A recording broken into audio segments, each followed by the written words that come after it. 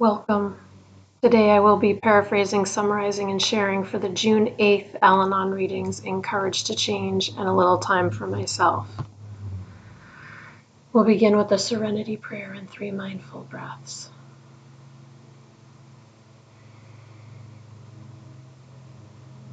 God, grant me the serenity to accept the things I cannot change, courage to change the things I can, and wisdom to know the difference.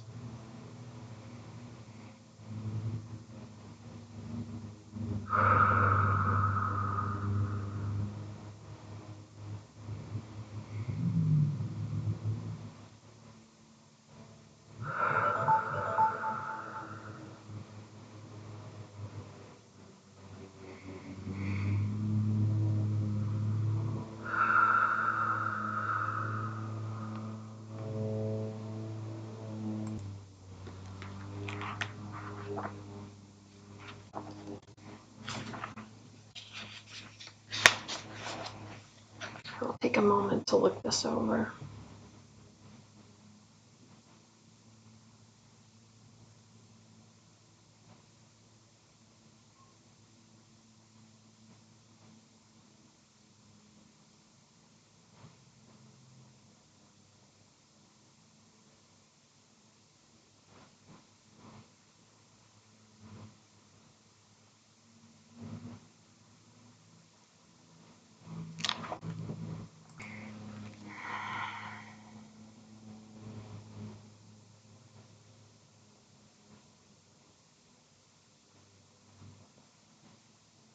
The question is, how does accepting myself as I am allow me to grow and change?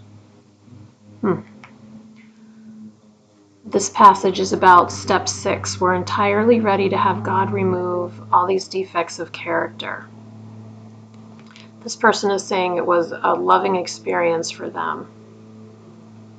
They talk about conference-approved literature called How Al-Anon Works for Families and Friends of Alcoholics.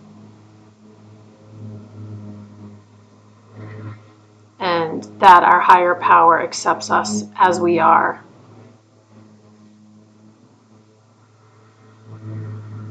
And that this person says it's up to them to accept themselves with understanding and love. And they say if their higher power can accept them, then so can they.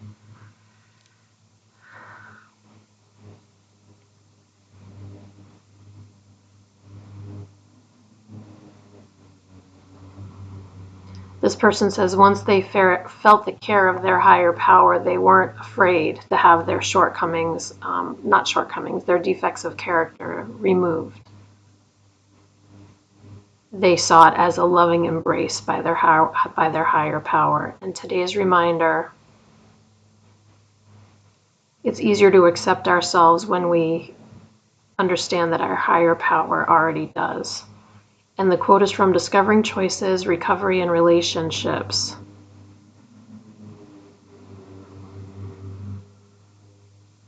And it's saying that accepting ourselves is a great love.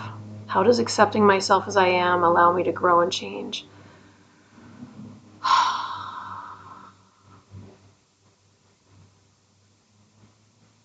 think that it just makes me more calm and clear thinking and loving, so that I'm open to new experiences.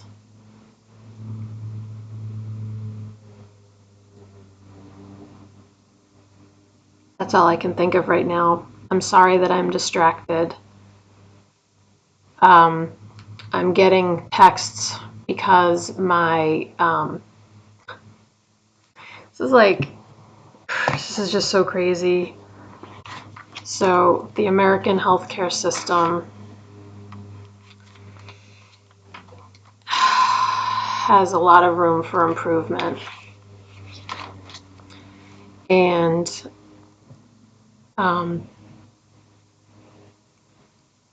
my stepmom, who's been in the hospital for a week, was supposed to be going to rehab tomorrow.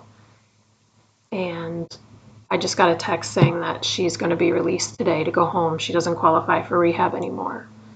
She can't. I don't want to talk about her medical issues on the internet, even though you don't really know who I am unless you know me in my real life. But I mean, I just feel it's kind of private. I don't want to invade her privacy. But just know that, like, I'm sitting here trying not to cry and overreact because it's like, are you kidding me? Are you kidding me? She's 86. She's been in the hospital for a week. She's only in the hospital this weekend because she wasn't able to go to rehab earlier because insurance is a gigantic nightmare. And the hospital's been fighting with her. And now she doesn't, we got a release date of tomorrow at 11 a.m. And now they're saying she doesn't qualify at all. So when my father went to visit her, when visiting hours started, like, they're getting her ready to go. It's nuts. It's nuts. And like, I'm just going to take a breath. That literally happened while I was trying to record this video. That's why I've been pausing a couple of times. And there's nothing I can do about it. I'm planning to go after lunch to see my dad, and that's all I can do. Yes, I'm wearing the same clothes as yesterday's video because, again, I'm recording 2 videos in one day because my schedule's all off. So, all right, I'm going to read this. Step 6.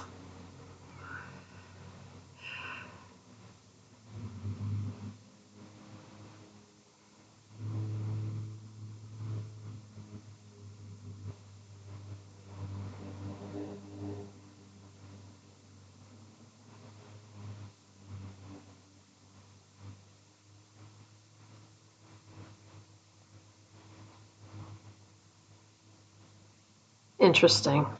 So this is talking about step 6 being entirely ready to have God remove our character defects. And it's saying this person is bringing up the possibility that some of the defects are possibly giving them pleasure.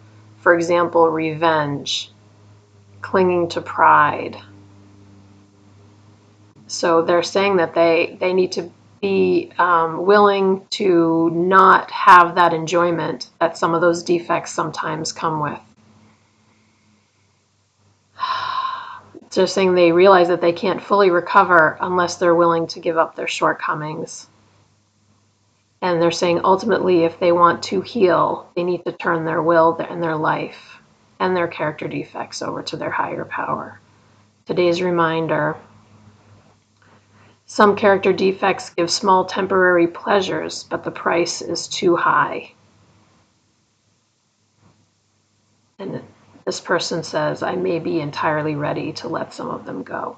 The quote is from The Dilemma of the Alcoholic Marriage.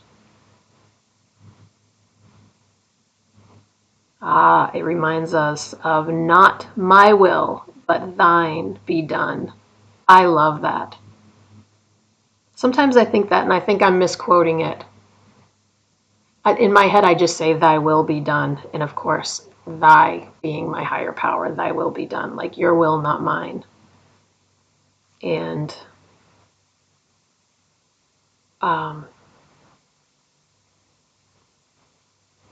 think it's all very true. I think everything on this page is very true. I personally, I've never been one for, like, revenge. Like, that doesn't make me feel good. I think I definitely have times when I'm very, very stubborn. And, there are times when I experience that and I'm not even, like, aware of it until someone close to me points it out to me, and then I just have to deal with it the best I can. But that's all I've got today. I'm sure things will be better tomorrow. We'll close out with the serenity prayer and 3 mindful breaths. Here we go. God, grant me the serenity to accept the things I cannot change, courage to change the things I can, and wisdom to know the difference.